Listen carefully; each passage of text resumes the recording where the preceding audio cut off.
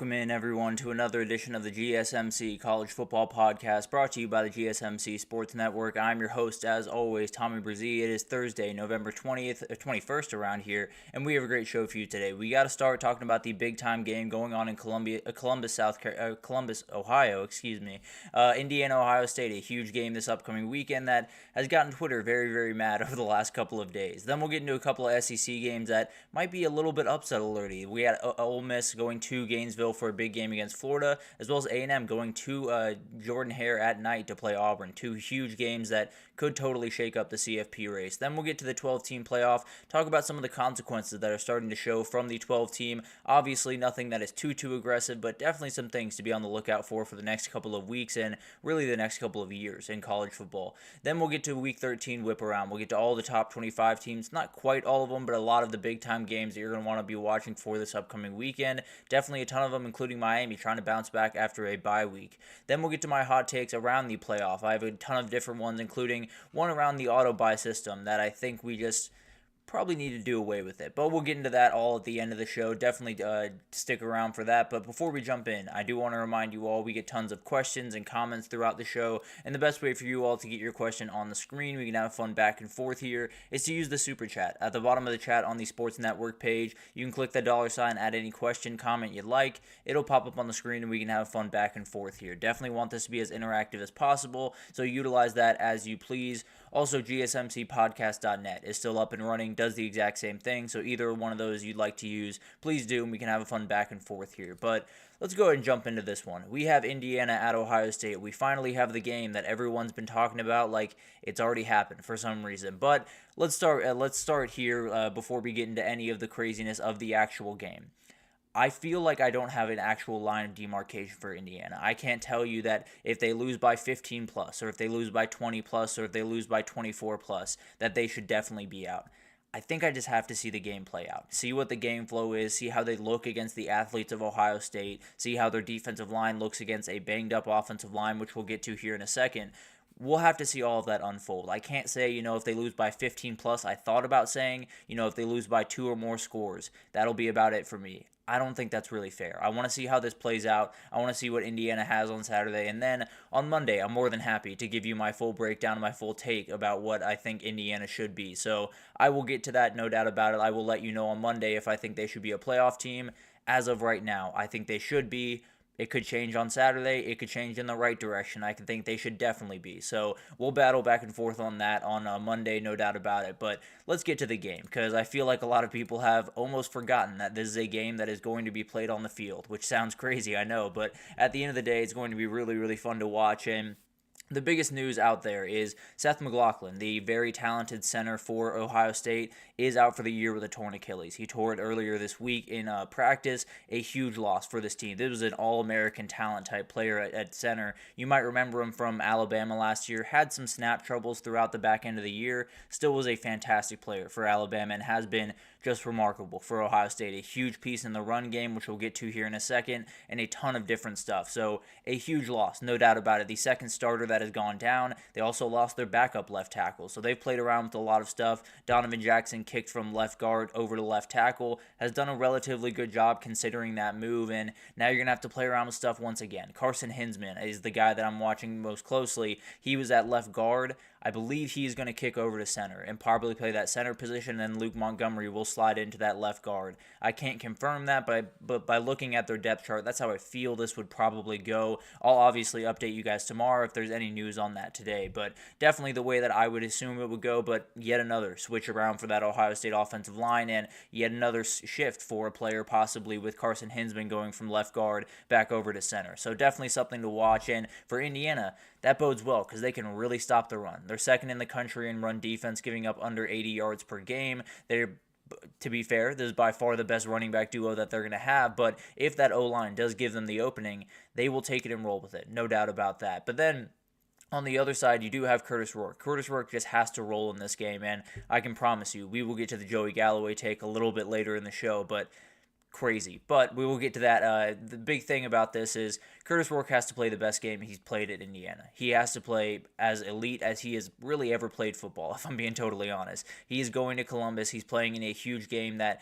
could send them to the CFP, could knock them out hypothetically. He's got to play elite football. This is why he came to Indiana. He knew that this game was on the schedule, and this is going to be a special moment for him, no doubt about it. But he's got to show up in a big way, and a big reason he does is, while they have the second best run defense, Ohio State sits at fourth. So it's not like Ohio State's very far behind them. They are very, very good, and they're plenty good on the back end, but they're really, really good against the run. They're one of the best teams in the country, and when you have those guys on the outside, like Elijah Surratt, like Miles Price, like Omar Cooper Jr., it might just be a better idea to see what you can do against this back end and kind of let your run game, I don't want to say take a back seat. You definitely will need it throughout this game, but definitely let it be a supplemental piece in this game. Use those big-time pass plays that you've been able to find, and use some of those one-on-one matchups that honestly might favor you in some certain situations that we can break down throughout this. But on the other side, you do have Will Howard. I think he's played really, really solid football all year, has had kind of some of those goofs, as people like to call them, a couple of mistakes here and there that have put them in kind of precarious situations, including in that Oregon game where the last play of the game made a mistake and obviously led to them losing. He has played very, very good, though. He has played very, very good football, very solid. The thing is, you're probably going to have to kick it up a notch, especially with the offensive line going down, especially with them kind of having to kick guys around. The quarterback run game is going to be a bigger part of this offense going forward, if I had to imagine. I do think they're going to attack that a little bit more aggressively, and he's going to have to step up to the plate. He's going to have to be the guy that they brought him in to be, and he was in the Penn State game for much of that game. He's going to have to be it again on Saturday and really going forward the rest of the season.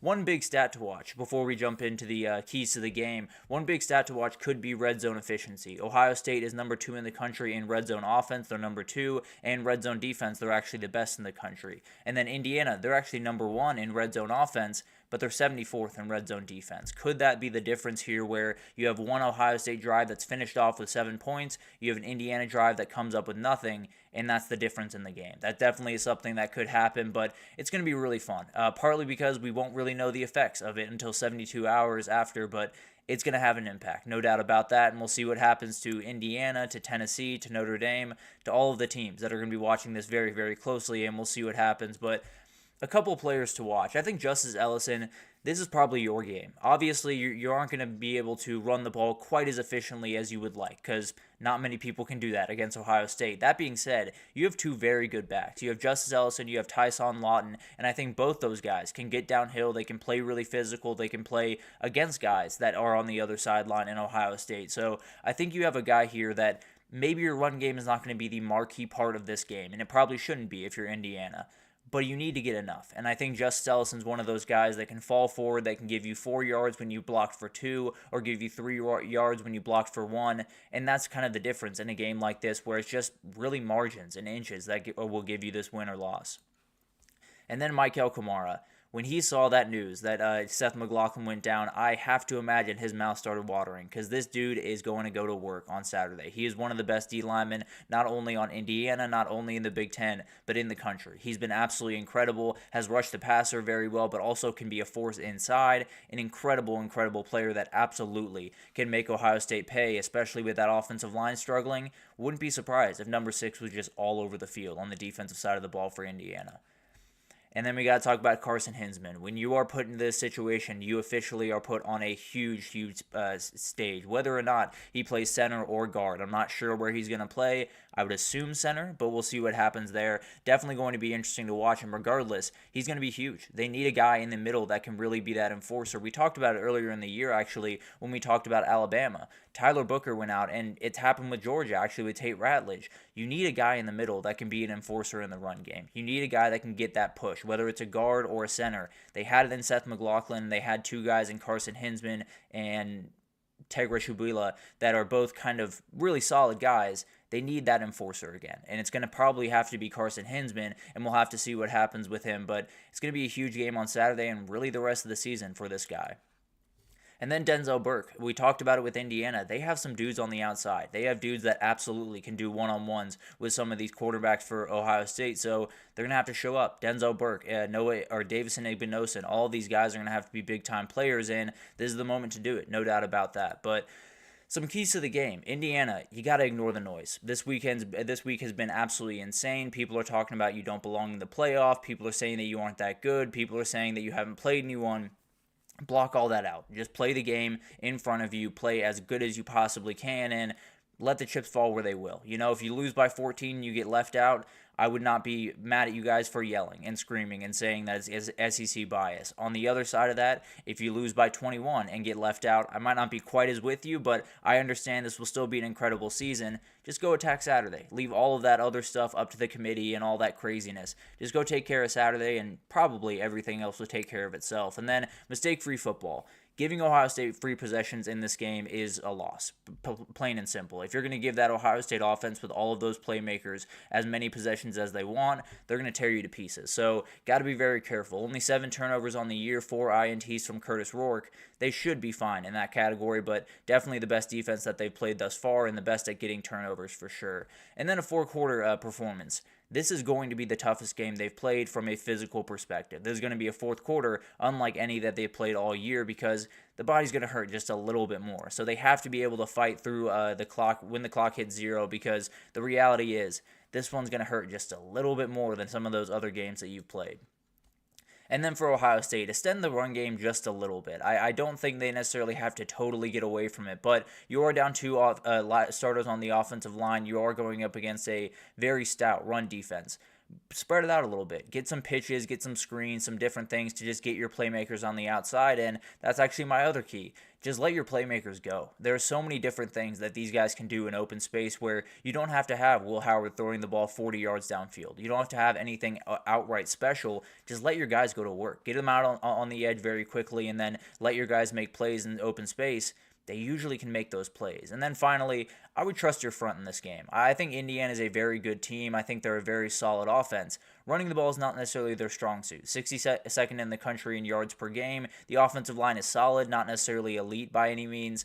I think you just trust your front to take care of business there and then stop the big plays on the back end that could totally change this game, if I had to imagine, with all of the guys they have on that back end. So it's going to be a huge game over there in Columbus, one of the biggest games in Indiana football history. That is the losingest football program in college football history, but I think it's going to be another loss on Saturday. I would love to be sitting here and telling you that I think Indiana is going to win, but I do think Ohio State wins 34-17.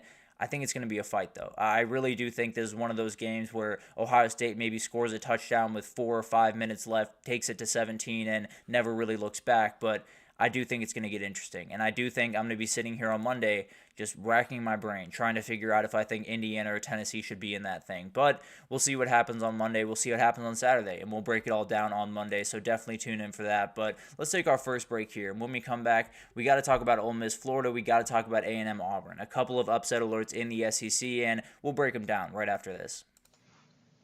I feel like I'm losing my mind. Is everybody in the world blind? Please, Lord, give me a sign, a sign. I feel like I'm losing my mind. Is everybody in the world blind? Please, Lord, give me a sign, a sign. I wanna be the greatest. Everybody on the fake shit. I look around and feel like everybody is the fakest. I make this every day and I'm impatient, hoping one day I blow up from the basement. Statement, the top is so vacant. I don't hear shit that I think is amazing. Waiting for my day when I'm playing sold out shows where 1,000 faces. Hey, give me that crown. Get in my way and to be put down. It ain't your place, all this my town. If I want that shit, then I'll get it right now. I'm losing it, the noose it fits. I'm losing shit, a stupid myth. You choose to live or choose to dip. You choose to fight or lose your grip and lose a gift. I feel like I'm losing my mind. Is everybody in the world blind? Please, Lord, give me a sign, a sign. I feel like I'm losing my mind. Is everybody in the world blind? Alrighty, welcome back, everyone. We just talked about that huge game in Columbus, Ohio. Ohio State, Indiana. Cannot wait for it. It's gotten a lot of people very angry before the game's even been played. So we will definitely break it down on Monday, let you know exactly what I think about Indiana. I will let you know if they're a playoff team or not. In my mind on Monday, cannot do that until I see this game unfold. But let's get into a couple of SEC games because we got quite a few upset alerts all across the SEC right about now. But let's get into these two because I think they stand out a little bit above the bunch. And we'll start with this one. Ole Miss goes on the road to Florida where the CFP hopes of LSU came to an end. It is the graveyard of those CFP hopes for LSU, and now Ole Miss is going to try to at least get it done. The good news for them is the sun will be shining for this one. It will not be at night. You will avoid the swamp at night, which even Jordan Watkins admitted is a very big deal for this team. So a huge game, definitely one that I'm very much looking forward to. And the big news is DJ Lagway has arrived. If you watched that game on Saturday against LSU, you came away thinking the world of that kid because the throw that he made to Elijah Badger is not a normal throw by any means. That being said, it is going to be a much better defense on the other side. It is going to be a much better D-line on the other side in Ole Miss, and he's going to have to use that momentum from last week and really start playing free, just play with confidence, and really, with Florida State on the docket, I hate to say this, even with Florida State, but you're probably okay. You probably can lose this game, so I would attack. Go full throat, trust yourself, rip the ball around the field, and frankly, when he does that, a lot of good things happen. And the other good news on the other side is Ole Miss is getting Trey Harris back for this game. After the bye week, he is fully healthy finally, and this is a huge deal, not only for this week, but really going forward for their CFP hopes. They definitely need that guy on the field, and we'll see what happens. I believe Henry Parrish will be back for this game as well. That's going to be one of the players we talk about here in a second, but definitely going to be something to watch. Can Trey Harris have the effect? Is he back to 100%? Is he still a little bit gimpy out there, or is he back running? And if he is, then Florida's going to have their hands full, no doubt about that. The D-line for Florida needs to get home. There's no doubt about that. You have Jackson Dart. Jackson Dart is a incredibly good player and really will pick you apart if you allow him the time to do it. No doubt about that. So you got to go get him. And if you can't really go after him, if you can't get to the quarterback, then your offense has to go punch for punch with one of the best offenses in the country. That is not what you want to do by any means. Even if you had, let's say it's a Texas-Florida type game, but you have DJ Lagway on the field, you'd have to score 50 points in that game if you wanted to win this. So it was going to be very tough in that one. It would be very tough in this one if their defense played to that same level. Obviously, has gotten better, has gotten a couple of guys back, so very different situation, but definitely something to watch where if they can't get home, it might just be a shootout that Florida has to win. But it's going to be a really interesting game because if Florida can throw that first punch, what happens to Ole Miss? That's kind of my biggest question here. If Florida hits that first big pass play over the middle and Elijah Badger scores a touchdown early on in this game, does Ole Miss get a little bit worried? Does Ole Miss start to really misthink and start to second-guess themselves, or are they able to kind of keep their minds clear, attack what's in front of them, and take care of business? It's going to be an awesome game to watch, and Jaden Ball is going to be an awesome player to watch in it. He obviously had the big play against LSU, one of the cooler moments in Swamp history, really, as far as I'm concerned. Very, very cool moment, and Jaden Ball is one of those players that continues to play really good football. Him and DJ Lagway have a lot of Florida fans incredibly excited about 2025, and they very much should. These are very fun players, and I think Jaden Ball is going to be one of those guys against a team like Ole Miss where you're going to have to get the run game going one way or the other. You can't afford to have nothing on the ground, especially against this D-line, and then just hope that DJ Lagway can make every single play. You need your running backs to help out, and Jaden Ball is probably going to be the main guy there. Shamar James, the linebacker for Florida, was incredible last week. Won SEC Defensive Player of the Year and was just all over the field. And especially as you get into this back half where so many of the guys contributing, so many of the guys putting things on the field are young guys or are transfers or are pieces that are not necessarily quite as familiar with what Florida is. Shamar James is. He knows exactly what this Florida team is about, knows exactly what this university is about. He needs to be on attack mode for the rest of the season. If he can finish this thing 7-5 and possibly leave the Florida program much better than he found it, it's going to be an incredible accomplishment for him, and definitely a moment on Saturday where he can string together two incredible wins to finish off his college career. Then you got Henry Parrish, a really good running back for Ole Miss when they didn't have one the last couple of weeks, and you're going to have to find the run game in this one. Jackson Dart being the leading rusher in this game is not necessarily a path to victory, at least in maybe you can get it done in this game. You probably won't be able to get it done in some of those big-time games coming up, hopefully. So you're going to need Henry Parrish to get going. You're going to need him to get his feet under him and really take over this offense in some ways, and it's going to be a tall order, no doubt about that. And then Princely Umanmielen, he is going back home. He came over from Florida to Ole Miss this past offseason. He's going to go back home, and I can't imagine the reception is going to be very nice. I'll be totally honest with you. It's going to be pretty aggressive, but at the same time, he's got a job to do. He's got to get after DJ Lagway pretty aggressively, and if he can, then I wouldn't be surprised if we saw a couple of mistakes, And then for the keys to the game, line of scrimmage battle is going to be fascinating to watch. The Florida O-line is up for a battle against one of the best D-lines in the country. And then on the other side, you do have a Ole Miss O-line that is relatively solid. They can be had in different times, but they looked very stout against Georgia. So you're going to have to fight through that. We'll see if Florida can kind of match them at that point and really win the day in some ways with their D-line against their O-line, because that's probably the matchup that you have at least some ability to take advantage of. And then explosive pass plays. Both these teams love to push the ball down the field. Both these quarterbacks are very good at pushing the ball down the field. So chunk plays are going to be a huge part of this game. Which defense can eliminate them, which offense can get more of them, might just be the decider in this one. It might just be 50-yard touchdowns back and forth, and we just have to figure out who gets the last one. And then finally, the Florida energy. It is back. The first part of that season, when you saw the Miami game and you saw Miami go up about by 17 or 20 points, the fan base went quiet. That entire thing was absolutely silent, and the Miami fans were the loud ones in there.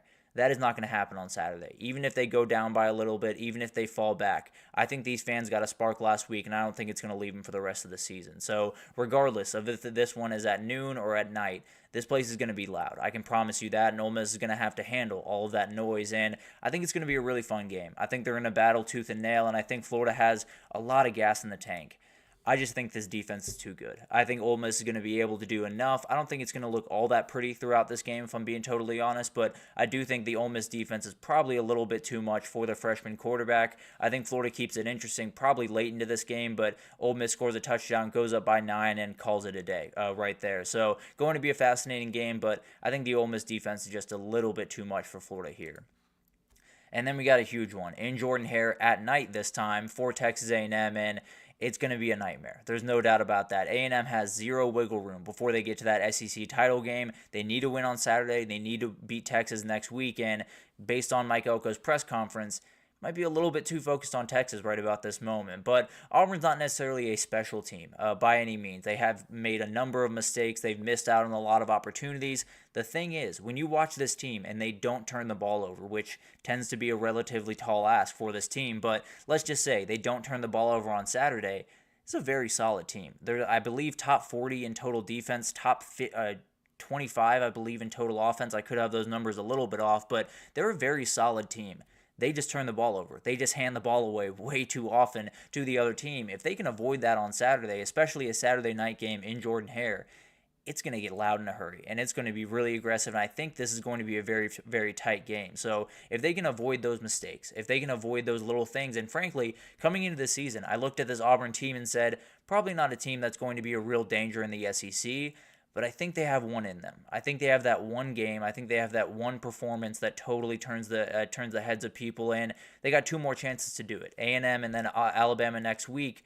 We'll see what happens there, and we'll see if they can get this huge win and definitely set themselves up for big success in 2025, because it feels like kind of like Florida going into last week. They're just waiting for that big last spark. This could be the week that you get it. And then the Auburn O-line has played a great game. Or either they're going to have to play a great game, for them to get this one done, because the pass rush is absolutely for real. And if you get to Peyton Thorne, the mistakes are going to come shortly after. That has been studied time and time again. And if you can get after this quarterback, he is going to make a couple of mistakes, and he's going to hand you the ball a couple of times. So the Auburn O-line probably has to be your best game of the year. This is a very aggressive defensive line, and they're going to come after you really aggressively. You got to give this guy time so he can go through his reads and not have to force balls, because then you're in trouble. A&M, just win by 1 point. Plain and simple. Do not make this. You don't need to make this pretty. It can be as ugly, as slow, as boring as you possibly need it to be. Just get the win, keep moving forward to next week, and then try to get that one and see if you can go to the SEC title. But a couple of players to watch. Cam Coleman, if you saw the catch last week, you know why I'm talking about this guy. He is absolutely incredible. One of the best athletes in the entire country, and he's going to be one of those guys that no matter who you put him on Saturday, you're going to feel pretty good about that matchup. There's obviously some incredible DBs on the A&M side, but at the end of the day, this kid's different in every way. You just put it around him, and he's probably going to catch that ball. So he's one of those players that in a game like this where you're outmatched in a lot of different areas, sometimes you just need a freak. Sometimes you just need that one guy to make that one play down the stretch of this game, and I wouldn't be surprised if Cam Coleman made that play. And then you do have Keldrick Falk, the D lineman for Auburn. They're going to have to get after the quarterback in this one. You have such a talented, such a mobile quarterback in Marcel Reed. If you have a D line that is very athletic like Auburn's is, you should be able to slow him down. That being said, it's obviously going to take very good play from all these D linemen. They're going to have to really get out on the edge. Jalen McLeod, another one to watch. They're going to have to really get out on the edge and make sure that this quarterback run game is not a huge factor, because especially without Le'Veon Moss, you take that quarterback run game away, this is a relatively, I don't want to say benign, but a relatively normal rush offense. Not necessarily elite, not necessarily bad, but not necessarily at the level that it had been with Le'Veon Moss. If you can take away the quarterback run, a lot of things open up in a hurry.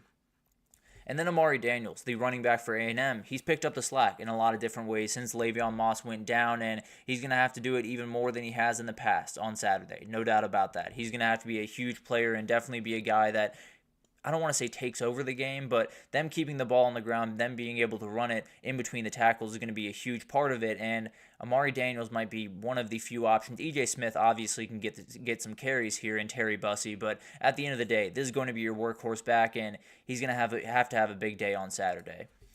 And then Will Lee. We talked about Cam Coleman. There's a ton of other receivers on that Auburn sideline that are going to be really tough to deal with. Will Lee's going to be the guy that has to deal with them, the blanket as they call him, and Manny Izzy. He's a very, very good defender, one of those guys that if you're lined up on him, you might just not want to throw in 26 direction, if I'm being totally honest, but going to be a huge matchup wherever he is on the field, and he could be the guy that makes that one play that really puts this Auburn game in a very weird place for the Tigers. But some keys to the game. Auburn's wide receivers against A&M DBs.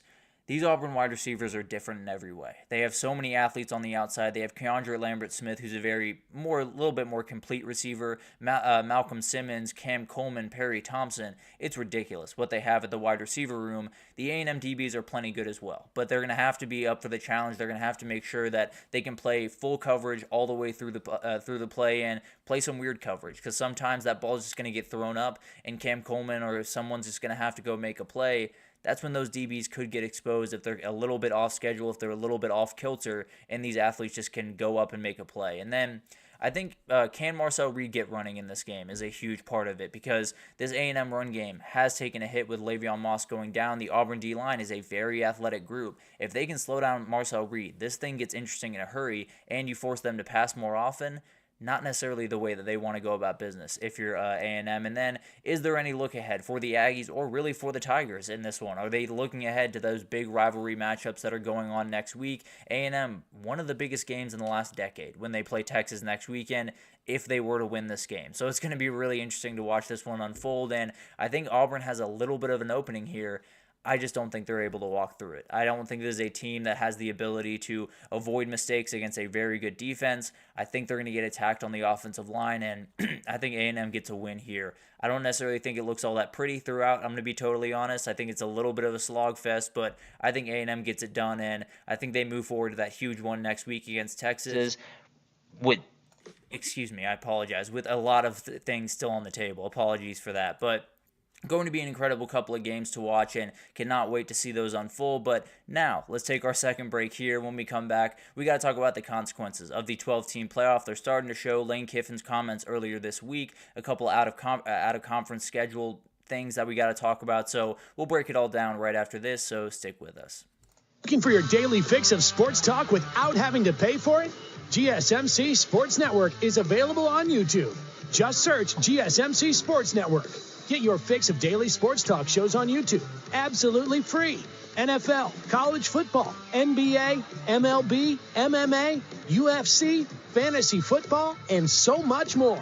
GSMC Sports Network has shows running all day long, with new sports shows starting every 2 hours. Just like on your favorite cable sports channel, except GSMC Sports Network is absolutely free. Just search GSMC Sports Network on YouTube to catch one of your new favorite shows, like the GSMC College Football Podcast, Chip Shot Football Podcast, Hoops and Heels Women's Sports Podcast, GSMC Basketball Podcast, and so many more.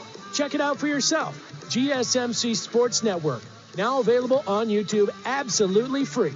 Search GSMC Sports Network on YouTube right now. Alrighty, welcome back, everyone. We just talked about those big games in the SEC. Ole Miss goes on the road to Florida. A&M goes on the road to Auburn. Two really tough games that could be totally crazy with the CFP schedule that we got, or the CFP race that we got going on. Going to be really interesting, and two teams that very much want to get into that dance. Got to win out the rest of the way if they want to. But let's get into a couple of the consequences of the 12-team playoff. They're starting to show as we get down the home stretch of the season. A couple of the things that people that were critics of the 12-team playoff were talking about, they're starting to show just a little bit. And let's break it down real quickly here, because I think that a lot of them are very interesting. Some of them are not quite as big a deal of others. Some of them are relatively big deals, and we'll have to figure them out pretty quickly. But let's go ahead and jump into this thing in. We'll start with Lane Kiffin. He made some comments yesterday talking about the conference title race and talking about how some coaches out there are just not very interested in the conference title, because what if you do go and then you get knocked out? What if you do go and you lose by 30 points and you get knocked out for a team that has maybe less losses because they didn't have to play in that game? That is something that a lot of people are worried about, really across the sport. I don't think that's necessarily a crazy thing to be worried about, and Ward Manuel did not make it any easier. He was asked about this at the end of the show on Tuesday, I believe, and he was talking about it and said, we are going to evaluate teams through their conference title race. How is that possible? How are we allowing them to knock a team that got to the SEC title, got the luxury of playing in the SEC title, and then fell? I never understand why we would punish those teams, and frankly, you really just can't do it. I'm not saying that it won't happen, but it kind of can't happen. If it does happen, let's just say that Alabama gets to the SEC title, they play Texas, they lose by 21 points, let's just say, and they drop behind Tennessee.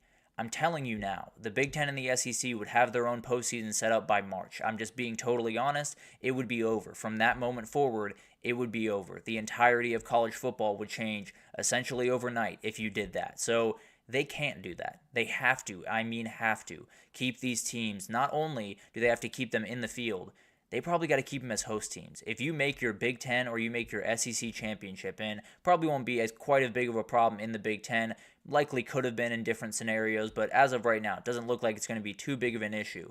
The thing I'm wondering is, I don't think you can even knock these teams out of the field. I don't think you can knock them out of a host position. I think you have to give everyone that played in the Big Ten or the SEC championship a host position, because frankly, those are the two guys that can pick up their ball and go play elsewhere. It's obviously not the ideal situation, obviously not the way that you want to be making decisions, but that's kind of the reality of this situation. If you were going to knock out someone that played in the SEC championship when, frankly, they don't necessarily have to, you're going to have a problem on your hands. Whether you're the CFP committee or the college football fans or the coaches or anyone, it is going to be a battle back and forth. I can absolutely promise you that. So if Bama goes and loses to Texas, or say Texas goes and loses to Bama, neither of those teams can fall out. If A&M goes and they lose to Bama, they can't fall out.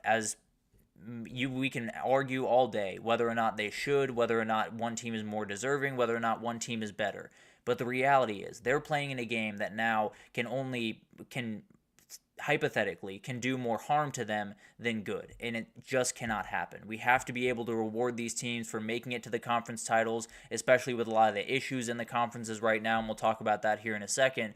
We have to give these teams host positions. We just have to. Whether or not it's a Big Ten team, say, craziness happens and Penn State makes it to the championship and gets blown out by Oregon. That would be an 11-2 team that would not necessarily have all the wins that we would like to see them have.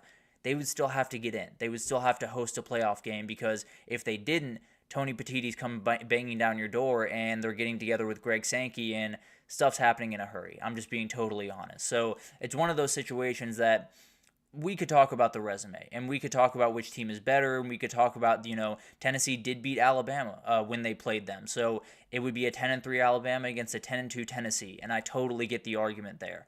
The thing is, you just can't do it. You can't do it because it would totally change the fabric of the sport pretty much overnight. You would have the Big Ten and the SEC coming together in a hurry, and you would have a problem on your hands pretty much by Monday after the Selection Sunday. So you have to be careful. That's all I'm going to say. With a terrible conference format that we'll get to here right in a second, it's going to be one of those things where if you earn your right into a title playoff game, or into a title game, you have to make the playoff. Period. End of story. Frankly, I don't think you should move down at all in the rankings, because if you do that, you have a problem on your hands that could totally change what college football is. So I understand what Lane Kiffin's saying, and I understand why that is a worry.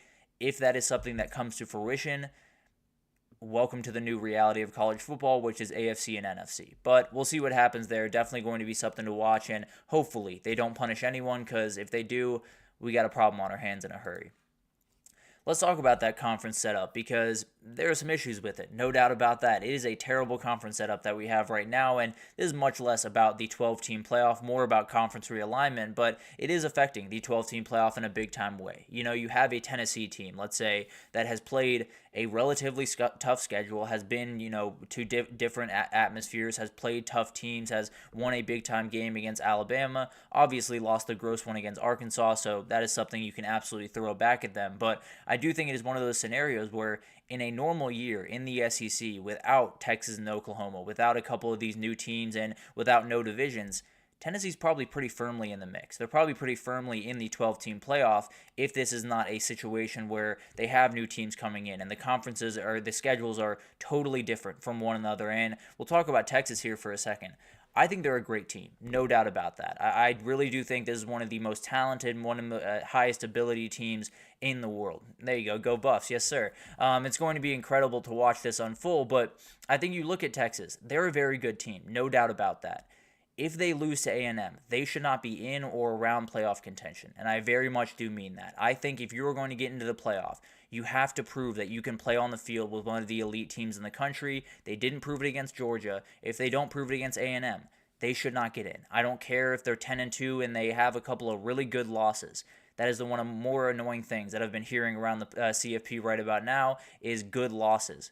They're losses. Let's just move forward. Let's figure out how we're going to discern this. And overall, I think for Texas, they're a very good team. If they go 10-2 and they get in over Tennessee, we got a problem on our hands. I'll just be totally honest. And then on the other side, you do have Penn State. Let's say Penn State were to lose another game. No world where they should be in. They haven't won that big-time game. They played Ohio State tough.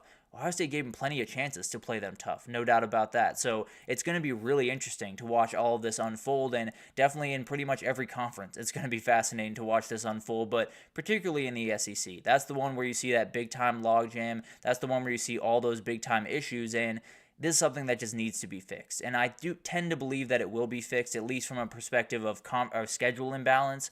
I do think they'll figure this out. I don't know if they go back to divisions. I don't know if they go to a pod system that the SEC was talking about. But at the end of the day, they got to get this fixed. It can't be Texas has only played Georgia and A&M by the end of the year, but Georgia's played Texas, Ole Miss, Alabama, Clemson, and Tennessee.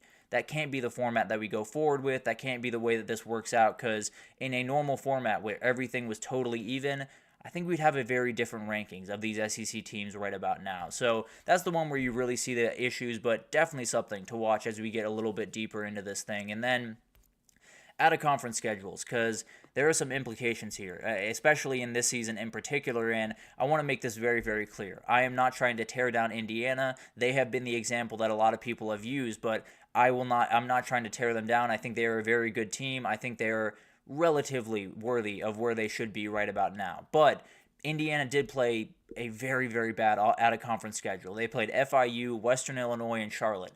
And the biggest issue with this is Western Illinois was not on the schedule before, I believe, February or January, when they got out of a Louisville game to play Western Illinois. And not necessarily to play Western Illinois, but they got out of a Louisville game and scheduled Western Illinois. So that's an issue. There's no doubt about that. Because if they had played Louisville and they had won that game, I'd be sitting here saying, even if they lose on Saturday by 30 points, they should be in the field. But they didn't play Louisville. They played Western Illinois, so they're in the situation where they have to go prove it on Saturday. So this is one of those issues where I don't want to say you're rewarding Indiana for playing nobody, but you kind of are to a certain degree. You kind of are putting in, the biggest issue would be if they put them in the field, if they lose by 25 to Ohio State on Saturday and still put them in the field, then you'd really be rewarding them for an out-of-conference schedule that is not very talented and not very good. So definitely something to watch there. And then Ole Miss doesn't get off with this by any means. The best out-of-conference game they played was Wake Forest. So not necessarily all that tough, and really layup games the rest of the way. They got ready for the conference schedule, 4-0, dominating teams. People thought they were one of the best teams in the country, and since conference play has started, they had 2 losses, but they had 2 losses to play around with. That is kind of the approach that a lot of these teams are taking, and I can't necessarily blame them for taking it. If you're going to reward some teams for not necessarily playing really tough out of conferences, I'm not going to play a tough out of conference. Why would I play a tough out of conference if we're going to, reward teams for not? And I'm not going to sit here and say we should reward Penn State or Texas or Tennessee for scheduling a West Virginia or a Michigan or an NC State that didn't necessarily end up being all that great. But we do need to encourage teams to schedule those games. We do need to encourage teams to play a Georgia versus Clemson, which I think should probably bump Georgia up a little bit in the rankings right about now. Or Texas-Ohio State is playing next year. We have to encourage teams to continue to schedule those games. So I think teams will do this. If you give them the opportunity to say, we're just going to play 3 tomato cans and move on with our schedule, they're going to take it and run with it. That's kind of the reality of this situation. They need as many losses to play around with once they get into the conference schedule. If you're going to give them the ability to play tomato can 1, 2, 3, and 4, they're going to play tomato can 1, 2, 3, and 4. So it's going to be really interesting to watch. I do think this will happen if they give them the opportunity. I don't really know what that would look like. Maybe if Indiana gets in, maybe you do see a couple of these games canceled, like that Louisville-Indiana game earlier in the year, or a couple of different things. Just one of those situations where if I have wiggle room now, I want to get as deep into the season with that wiggle room still intact. So it's going to be interesting to watch. Definitely one of those things that could have implications down the road. But Texas just scheduled a series with Notre Dame in 28 and 29. I wouldn't be surprised if the next couple of years it continues to go like this. I wouldn't be surprised if those games were never played, because there's not really a motivation from either of those teams to play those games if you're going to let them in regardless. So definitely something to watch, and definitely one of those things that, depending on what they do with Indiana, a lot of things could change about the schedules for the out-of-conference teams going forward. And then the worst one of the bunch, resting starters possibly, and man, that Joey Galloway take might have been one of the worst takes that I've ever heard in my life. I'll be totally honest with you. It was insane. And if you haven't heard it, he suggested that Indiana bench Curtis Rourke on Saturday. They rest him to avoid a Jordan Travis situation, as he dubbed it. Jordan Travis got injured against North Alabama, so wouldn't exactly be a Jordan Travis situation, but obviously Curtis Rourke is going to play. There's no doubt about that. He is a competitor. Curt Cignetti is not going to let him not play. He is going to push him out there on the field and let him go to work. So this is not an issue for this game. I'm not arguing that. They are going to play their best players, plain and simple. They are not going to take anything for granted, because there still is the chance that they do fall out with a blowout loss. So definitely something that I'm not worried about that game in particular. I am worried about the idea in general, because SMU plays Virginia this weekend. If they beat Virginia this weekend, they're in the ACC title. Congratulations, you have set yourself up in your very first year, and something we should talk about is how many teams in their first year are getting to their conference championships, but definitely something we will break down a little bit later. But all of these different things, if you get a win this weekend, you are in the ACC title. Then you have Cal at home next week. There's a very real world where they sit Kevin Jennings, let him get healthy for that back-end stretch and for that ACC championship, and I wouldn't necessarily be able to blame him too aggressively. I don't think necessarily it's the right thing to do. I would love all the players to play all the games, but you look up at the NFL, if they got nothing to lose, if they have no seeding or anything to lose, they will rest their starters in the final game. So maybe that's the way that we're heading, and SMU might be the very first to kind of kick over that can. Oregon does play Washington next week. They're already in the Big Ten Championship. Now, this one's a little bit different, because Oregon wants to win that game very badly. Dan Lanning is not going to take an off day on that day, because he badly wants to beat the team that knocked him out of the CFP last year. All that being said, they could do that. Say they were playing Purdue, or say they were playing Northwestern. I think they would, and I would not blame them for doing that. So all of that being said, I do think these kids want to compete. I do think a lot of these kids will not miss games because they just want to play football. I also do think there will be business decisions that have to be made, one way or the other, because you look up the NFL, it's the perfect example. It is a conference, it is a league that is very, very tough to deal with, and it's one of those things where sometimes you just got to rest your body towards the end of the year. I don't necessarily think it's going to happen too much this year, but if people look around this time next year and say, we're pretty much in the 12-team playoff, we might as well rest a couple of these guys and continue on our way fully healthy, it's one of those things that's almost just bound to happen at some point. We'll just see how quickly that it happens. But overall, I've really enjoyed this year. The 12-team playoff has given us some great things. It's given us some not so great things. But you do see some of the examples that people were saying when they said it would ruin the regular season. I didn't necessarily fully agree with that, but I understand where a lot of those people were coming from, because now you're looking at maybe 5 years down the road. Teams aren't scheduling tough out-of-conference games. They're resting starters in the final week or maybe final weeks of the season, depending on the scenario. And the first couple and the last couple of weeks of the season are relatively bland. Obviously, you'll have the rivalry. Obviously, you'll have big games. No doubt about that. You'll have teams fighting for their lives. You won't have quite as much as you expected in this 12-team playoff. So all of this can be fixed in a number of different ways with a number of different, playoff formats and different things, incentives and all of that type of thing. But we do got to get in control, because it's one of those situations where as you expand the 12-team playoff, you do also expand or take away some of the variability to get left out of that playoff. So some of these teams that are firmly in, like SMU or like Oregon, they might just kind of bow out and say, we're just going to hang out this last week of the season, make sure all of our guys get healthy, and then we'll attack the back half. So it's something to watch, definitely. The consequences of this thing were always going to come to fruition at some point. They're starting to show themselves a little bit. Hopefully we'll get them fixed, but definitely something to watch as we head into 2025, and we'll see if any of those out-of-conference games get canceled this upcoming offseason. But we'll break it all down with time, no doubt about that. But let's take our third break here, and when we come back, we got a Week 13 whip around, a ton of games that I want to talk about real quick, and we'll break them down right after this.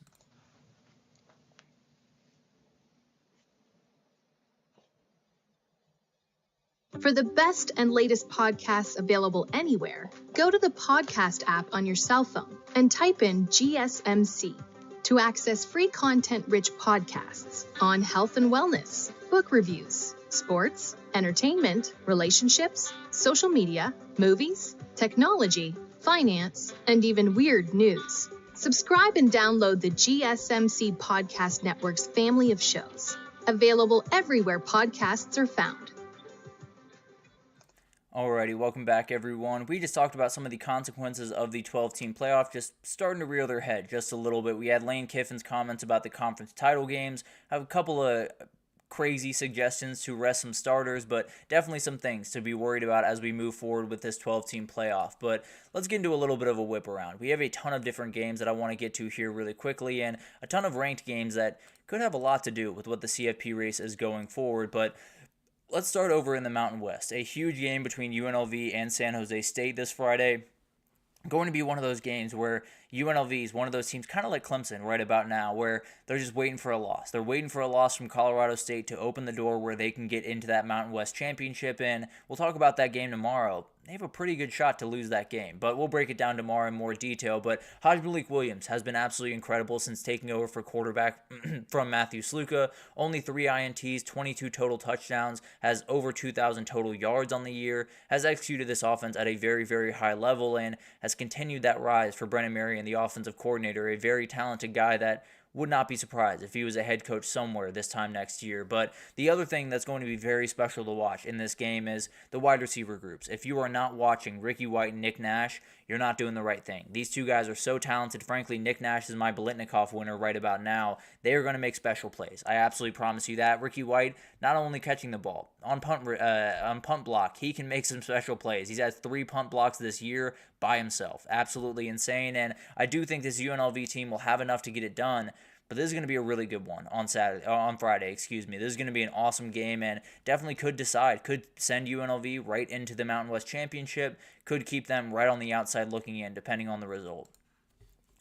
Then we got Wake Forest, Miami. Going to be a very interesting game because Miami's coming off a bye, just looking for a comfortable win. Looking for a win that gives them a little bit of time to breathe, a little bit of time to catch their breath, and then you got to go attack one against Syracuse. That's going to be very, very tough away from home. So this should be a place where you can do that. This should be a place where you can roll, keep it moving. Now, Wake Forest is going to test that Miami run defense that really struggled against Georgia Tech a couple of weeks ago. Damon Claiborne is a really, really talented player. Not over 900 rushing yards on the year, has gotten over 90 yards in the last 3 games. A very, very tough player. One of those guys that if this Miami defense, especially this front seven, does not come ready to play, could be a player that kind of takes over this game and slows it down to a degree that Miami offense does not want to happen. So this is a spot where Miami's just got to roll, and then they can turn their focus to Syracuse. If they've already turned their focus that way, then maybe Wake Forest can shock the world here. That line being at 8 makes me a little bit nervous. I'll be totally honest with you. I think, to be honest, I didn't change the line. That's why it's weird to me, because the line is 24. I apologize for that. Forgot to change that line fully, but it is 24. It is not 8. If it was 8, then I'd be very, very worried. But they should be fine in this game. I do think they're going to win. I do think the worry meter might go a little bit up with some of the struggles. If they do struggle in this game, then I'll be very worried about them when they go on the road next week. But as of right now, I think they'll win this game with a 24-point margin there. Then you have SMU, the other team in the ACC that's trying to battle for a spot in that title game, and they can punch their ticket on Saturday. If they get this win, they're officially in the ACC title in their very first year, and you look around the way, Colorado and Arizona State looking to do that in the Big 12, Texas looking to do that in the SEC, Oregon's already done that in the Big 10, so could be every single conference that has someone new in it, which would be just absolutely insane and not the way I saw this going at all. Texas would be the last one there that really needs to hold up their end of the bargain. Feel pretty confident that the Big 12 is going to give us at least one new player. Oh, excuse me, did not mean to move on that quickly. SMU is looking for a little bit of a bounce back after a relatively rough performance against Boston College. They got it done, they won by 10, but it was a little bit ugly at different moments and definitely need to work on some of the defensive issues. But Virginia, trying to play spoiler again after 2 weeks ago, they beat Pitt, kind of ruined their season. Obviously got kind of skull-dragged by Notre Dame last week, but it should be a fun game, and I think these two offenses are really going to go at each other. I think Coulandria against Kevin Jennings is going to be a really fun quarterback battle to watch. I do think SMU is going to get this win. I think they're going to punch their ticket to the ACC championship, but I do think it's going to look a little bit ugly on the way there. I think it's going to be one of those games that they just have to gut out at the end, make that one big play, but I do think they make that play. I do think they get the win. I just think it's a little bit uglier than some people are thinking right now. Then Kentucky, they head over to Texas, and the crazy stat about this game that some of you might have seen floating around Twitter, online in general, this is the furthest west that Kentucky has ever played a football game. They played back in Austin about back in the 50s, I believe, when Bear Bryant was the head coach, and they're back in Austin for the most recent time since then, which is absolutely insane, but that's where you are. That's an absolutely crazy stat, but even including bowl games, this is as far west as they have gone.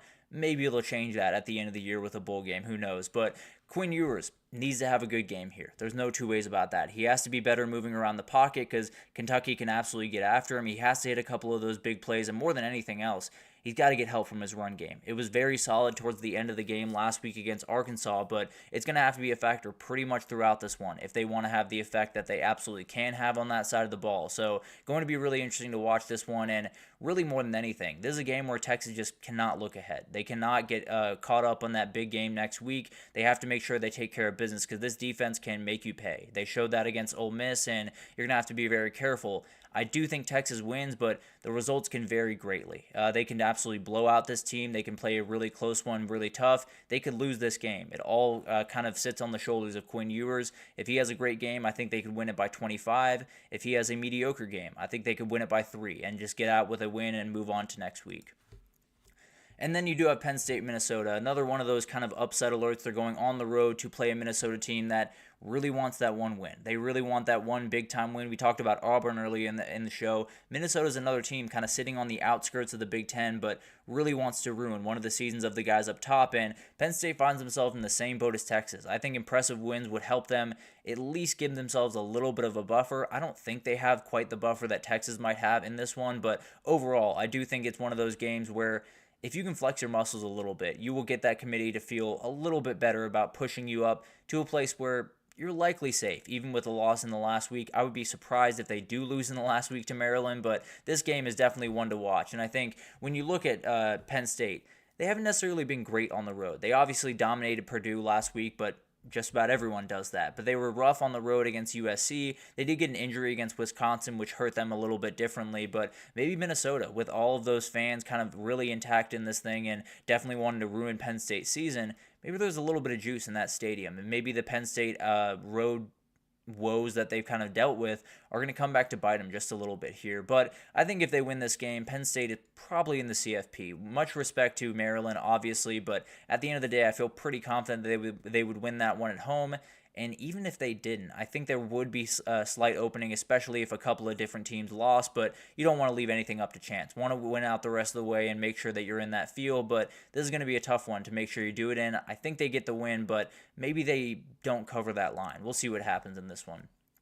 Boise State at Wyoming, a huge one. Ashton Jeanty continues to roll on, and they're kind of in uncharted waters. They are the first-round bye team. Can they handle that? Can they keep their wits about them and not get a little bit too high and mighty, not get a little bit too ahead of themselves and get towards the Mountain West Championship? They still got 2 games to play, and Wyoming is standing in the way of them. Obviously, 23-point spread, so they should be able to win this game, but it's going to be really interesting to watch this one. And Wyoming's one of those teams where you're really just trying to ruin Boise State's run. Just about everyone in the Mountain West is trying to ruin Boise State's run. Now, the issue is Boise State is going to be able to run the ball. Wyoming is not necessarily a great run defense. They can run the ball themselves with Harrison Whaley and a couple of those other guys, but overall, Boise State is going to be able to run the ball in this game. I think they can win it, and frankly, I would stretch it out a little bit. Kind of like last week, you made that one look a little bit better than it was. I would definitely do that to make sure you keep that bye position, to make sure the Big 12 does not jump you, because I think the committee is going to try to do that at some point. So try to give them no reason to, as of right now.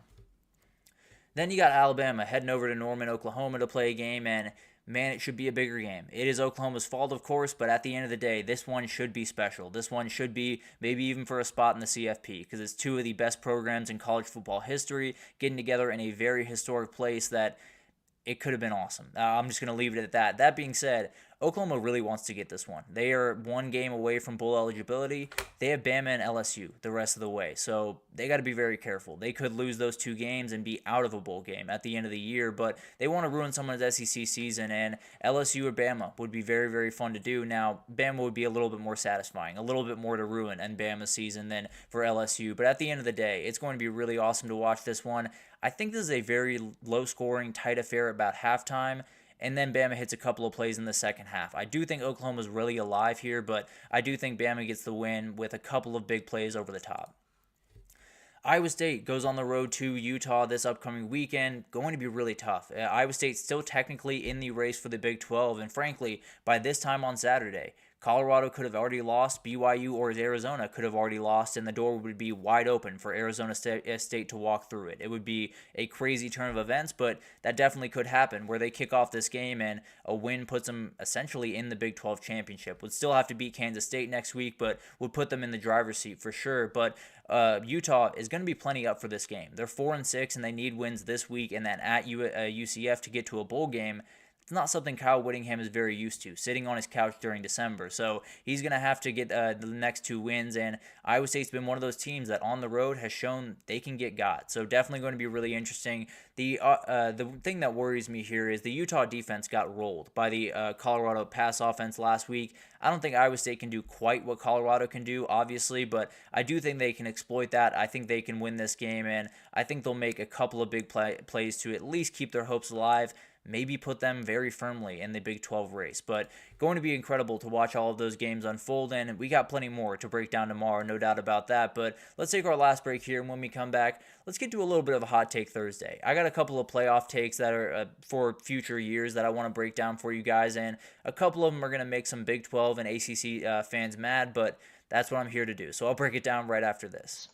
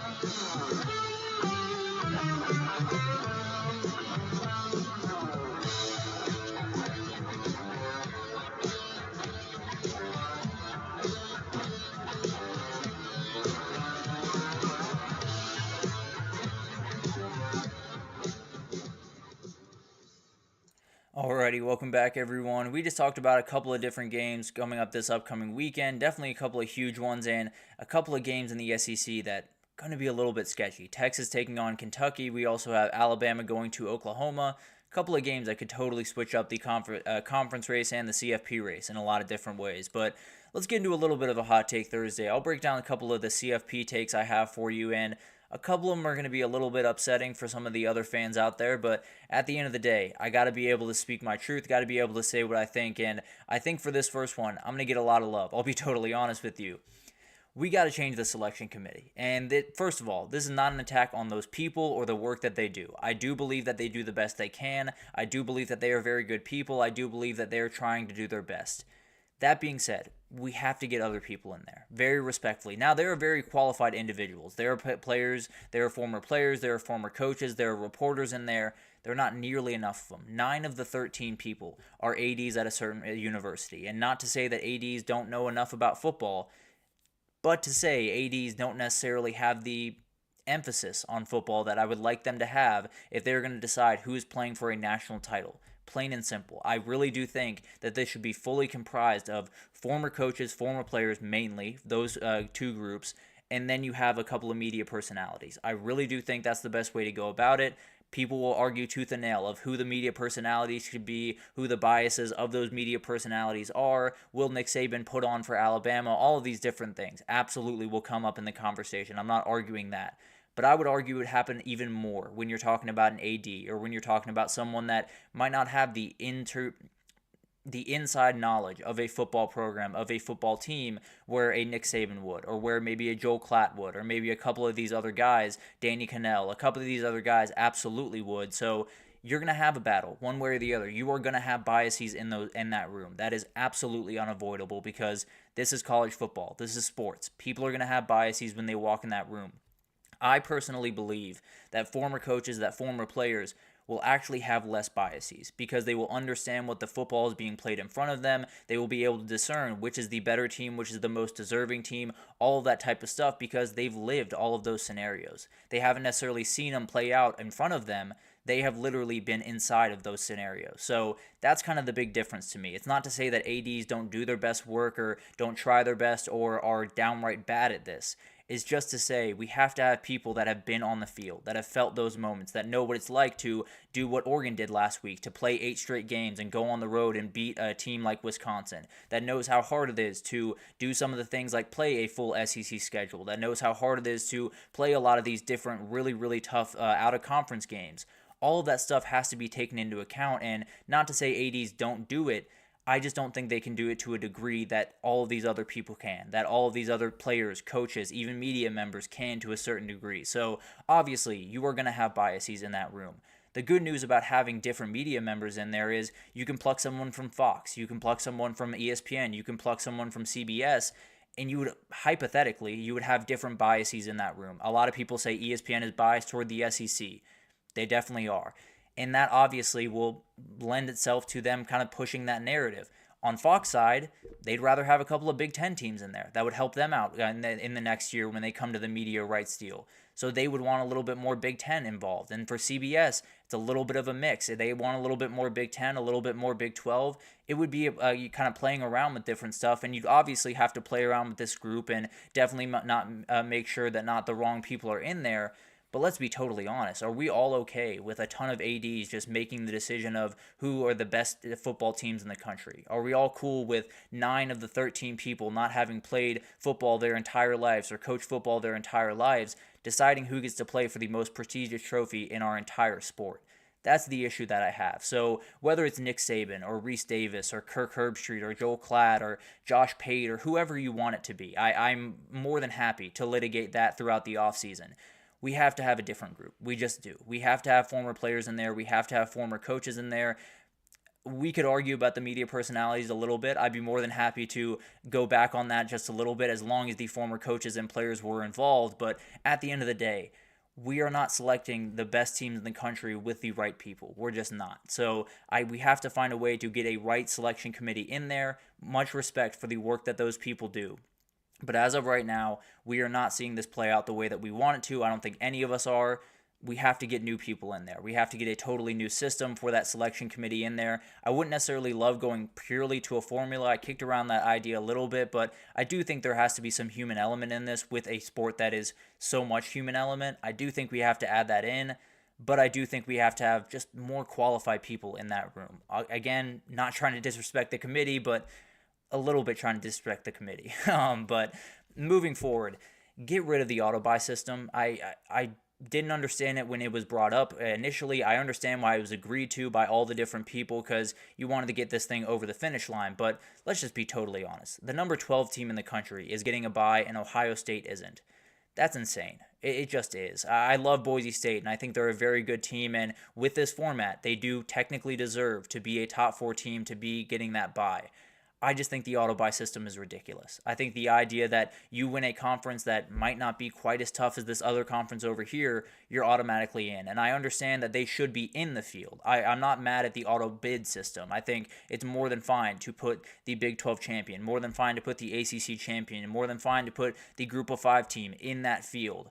I don't think it's really fair to automatically say, well, you're a top 4 conference champion, congratulations, you're a 4 seed, you get a bye, because Boise State, respectfully, probably would not make it out of the first weekend if they don't get that bye. Maybe that Big 12 champion probably would not make it out of the first weekend if they did not get that bye, and now you're looking at a situation where the 5 seed is where a lot of these teams want to be. Ohio State right now would be set up to play a BYU team that they'd be favored by 3 touchdowns over, and then a Boise State team where it'd probably be even longer than that. So it's one of those situations where, first of all, you knock out the idea that the 5 seed is better than the 1 seed, which I don't necessarily fully buy into, but I understand where people are coming from with that. You would get rid of that, first of all. You would also incentivize these teams to play really hard and try to fight for their conference, even in the smaller conferences. You try to fight for that ACC title. You try to fight to play really well, because frankly, if Miami didn't lose last weekend and they went on to win the ACC championship, they would have a very real path to the top 4 seed, to a top 4 placement. But it should just be the best 4 teams. It should just be whatever the committee decides is the best 4 teams in the country should get the bye. If we're trying to incentivize teams to play throughout the year and to play every game harder and to play every game very aggressively, this is probably the way to do it. You know, you have a couple of teams that are not necessarily in line for a bye by any means. They're probably not playing quite as hard. And Notre Dame's a team where I understand this system is plenty fine for Notre Dame. I'm not necessarily arguing for Notre Dame in this scenario. But the reality is, the highest they can go is number 5. The highest they can ever be is number 5. If they're the number 1 team in the country, I think they should get treated like the number 1 team in the country. I do think they should join a conference, which is a totally different conversation. But as of right now, I just don't see why this doesn't happen. I get that you want to keep the Big 10 or Big 12 and ACC involved. I totally understand that. But as of right now, we are having the wrong teams get those buys. We are using these buys in the wrong way, and we're incentivizing teams to not want to get them, which is not the way that this should go, not the way that you want it to go. So get rid of the auto buy system. Let these teams fight it out. Let the 4 best teams get those buys, and then that 5 seed will not be quite as coveted as it is right now, and people won't be arguing, is it better to get the 5 instead of the 1? That's absolutely ridiculous, and it's a real argument to be had right about now with this auto buy system we have. And then we got this one. The SEC and the Big Ten breakoff is relatively imminent if we avoid one, or if we don't get this one thing. So let's break it down really quickly. This is something I'm very worried about. I think a lot of people around the sport are very worried about it, to get this AFC, NFC type format between the SEC and the Big Ten. It is a very real thing. I'm sure they've talked about it behind closed doors. I'm almost certain they've talked about it behind closed doors. I don't know how readily they are to do that, but let's just say, Tennessee being left out, I don't know if that would be enough. I know it would make Greg Sankey very mad. Keeping Indiana out, I don't know if it would be enough. I know for a fact it would make Tony Petitti very mad. So you'd be in a very weird spot where maybe you'll have a fight on your hands. If Tennessee is left out for a 1-loss Indiana, or Indiana's left out for a 2-loss Tennessee, could it be the Big Ten and the SEC going at each other, or could they come together and say, I'm very mad about this situation, you want more power in this situation, so let's go take our ball, let's go play elsewhere and handle this ourselves. I think that's a real reality that we could be staring down in a couple of weeks. Now, one area that I absolutely promise you that this will happen, I'm not sure it'll happen in the Tennessee case, I'm not sure it'll happen in the Indiana case. I promise you, if Bama or Texas loses the SEC championship and falls out, I promise you, they will have a fight on their hands. I promise you, the SEC and the Big Ten will immediately get together. They will immediately start to write together a little bit of agreement, and they will probably have a postseason set up by the end of February, if I had to imagine. Because if you're going to drop out people for playing in those conference titles, you're doing the wrong thing, just plain and simple. So I hate to say it. So all of this stuff is around us right now. All of this stuff feels like a cloud over our head, and it's just waiting to pour on us.